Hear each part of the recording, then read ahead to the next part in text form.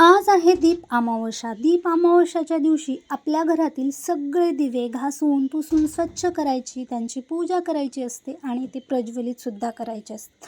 आणि त्यासोबतच आपण पिठाचे दिवेसुद्धा बनवतो, कारण लहान मुलांना त्यांचं औक्षण करायचं असतं, त्यांना दृष्ट लागू नये म्हणून त्यांच्या दीर्घ आयुष्यासाठी देवाला प्रार्थना करायची असते.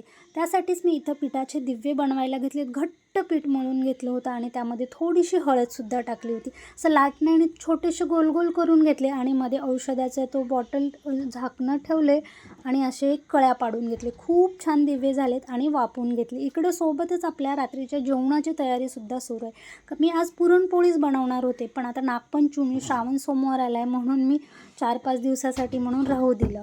त्यानंतर सगळ्या देवाला दिवे वगैरे लावले रात्रीचा. आणि हे आपल्या आज पितृसुद्धा आपल्या दारात येतात असं म्हणतात आणि काळे तीळ टाकून त्यांच्यासाठी एक दिवा लावायचा असतो बाहेर आपल्या दरवाजाच्या. त्यासाठी मी 2 दिवे लावलेत आणि मुलांचं छान औक्षण केलं, त्यांच्यासाठी प्रार्थना केली आणि आम्ही सगळे मिळून छान शुभम करोतीसुद्धा आज बोललो. आणि त्यानंतर बाहेर दिवे लावले. अशी छोटीशी रांगोळी काढली होती आणि बाहेरसुद्धा छान असे दिवे लावलेत. कणकेचे दिवे मी बाहेरसाठी सुद्धा बनवले होते 5 आणि घरामध्ये सुद्धा 5. तर असा होता आपला आजचा ब्लॉग छोटासा. कसा वाटला तुम्हाला नक्की कमेंटमध्ये सांगा. बाय, भेटू उद्याच्या ब्लॉगमध्ये.